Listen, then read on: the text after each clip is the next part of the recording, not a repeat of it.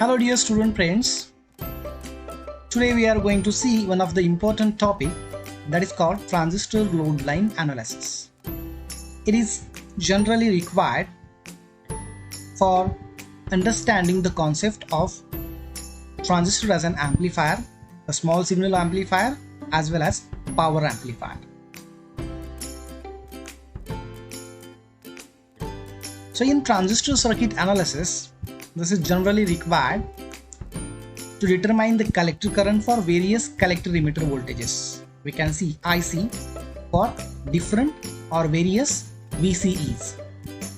So one of the method that we know is that to plot the output characteristics and determine the collector current at any desired voltage, that is called collector emitter voltage, VCE.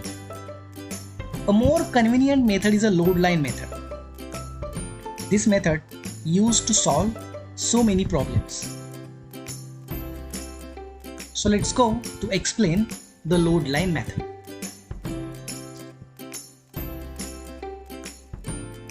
This method is quite easy and is frequently used in the analysis of transistor applications.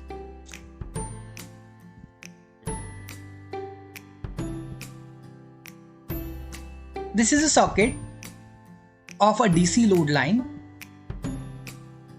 To understand the concept of DC load line, consider a common emitter NPN transistor circuit. You can see here this transistor is NPN type and its emitter is common, where the input there is no signal. So we can say that this circuit will prevail the DC conditions because we have VBB is a DC supply, VCC is also a DC supply. So from that we can have the output characteristics. So that is shown in this particular second circuit. So the waveform, if we have a signal, the waveform will be like this. So for the signals we have waveform like this, and if we don't have a signal we'll have only this line. This is called as a DC load line.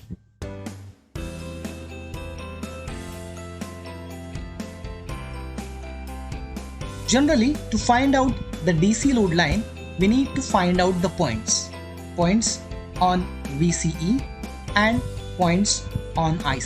So for that purpose, we have no signal in here. As we know the value of collector emitter voltage VCE, anytime it is given by VCE is equal to VCC, the voltage VCE is equal to VCC, and the current that is flown in the circuit is IC. So the voltage drop across RC, that is a load resistance, is equal to IC into RC. So finally we'll have VCE is equal to VCC minus IC into RC. So we can see here the VCC and RC, these are the fixed values. VCC is fixed, this RC resistance is also fixed.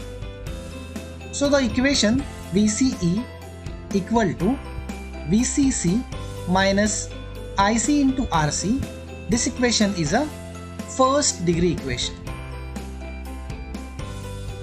Now this first degree equation, it is represented by a straight line. You can see here the straight line from A to B.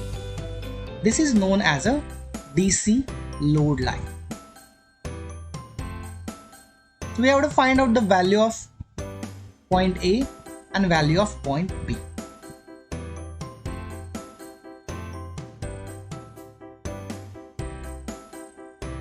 Now this load line will determine the locus of VCE IC points for a given value of RC.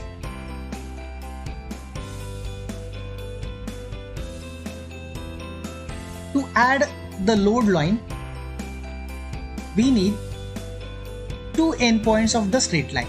So the point A and the point B. So these 2 points can be located as when the collector current IC equal to 0. So now if we have to locate the point on VCE, need to consider that IC is equal to 0. So when we say IC is equal to 0, the equation VCE equal to IC minus RC into IC, these are the fixed values.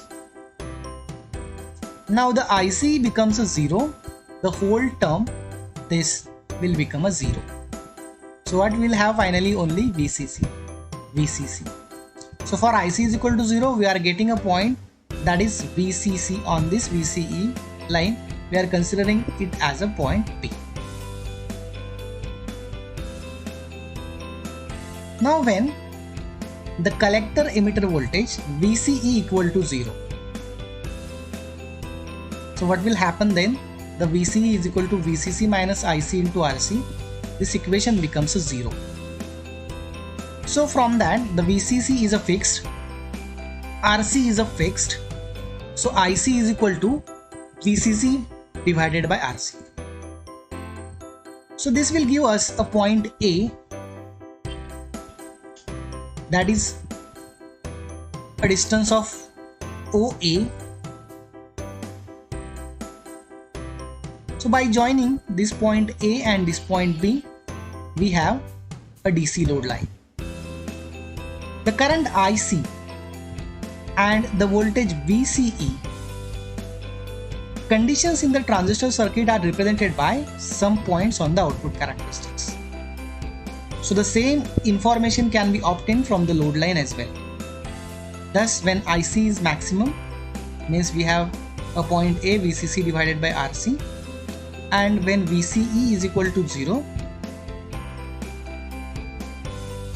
at that point we are getting IC maximum. If IC is equal to 0, we are getting VCE is equal to maximum, and that is nothing but VCC. So any other value of collector current, suppose we have a point in here, any other value, the collector current, say OC, and the collector emitter voltage, say OD. So the load line gives us a far more convenient and direct solution to the problem to find out the value of IC and value of VCE.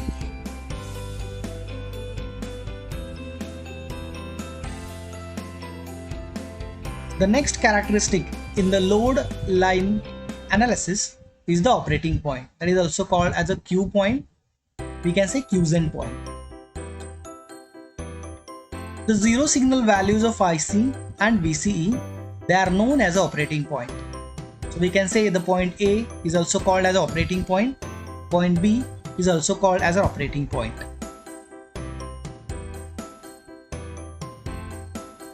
It is called as an operating point because the variation of IC and VCE takes place about this point. So you can travel from A to B, the variation of IC and VCE takes place, or you can travel from B to A, the variation of the VCE and IC takes place. Now suppose the signal is absent, the base current is there of 5 microampere. Then IC and VCE variation in the circuit must be represented by some point on IB equal to 5 microampere. But IC and VCE condition in the circuit should also be represented by some point on the DC load line, that called AB. So the Q point where the load line and the characteristics that are intersect is the only point which satisfy both this condition, characteristic condition as well as load line condition. Therefore this Q point describes the actual state of affairs in the circuit in the zero signal condition, and it is called as a operating point.